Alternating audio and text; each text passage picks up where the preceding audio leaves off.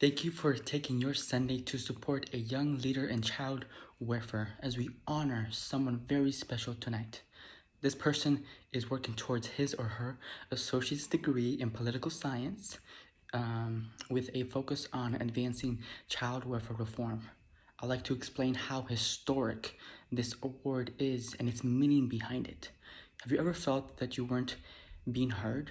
For many youth and families involved in the child welfare system, they find themselves voiceless and even sometimes powerless.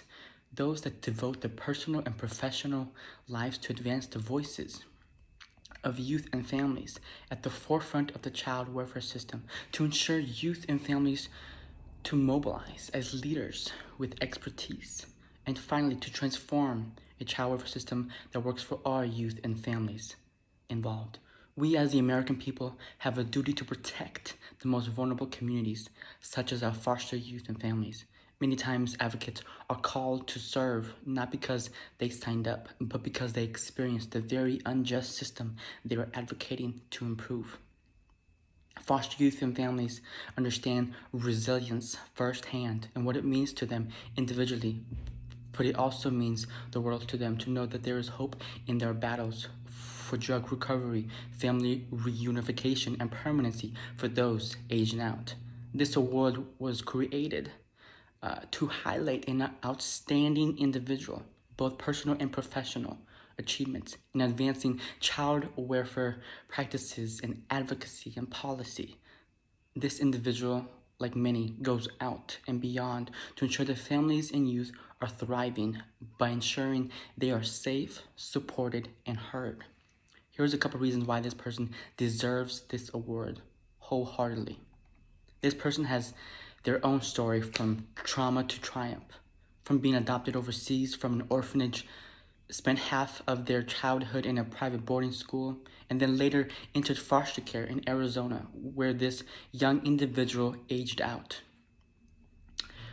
Just like the 20,000 foster youth who age out nationally at either 18 or 21, or when they graduate high school, whichever comes first.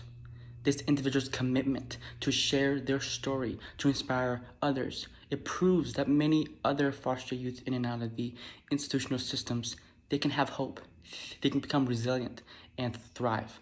Another reason why this individual deserves this award is because this individual's heart and work and ethic and servitude, they show that they're present in public service, either elected or volunteered.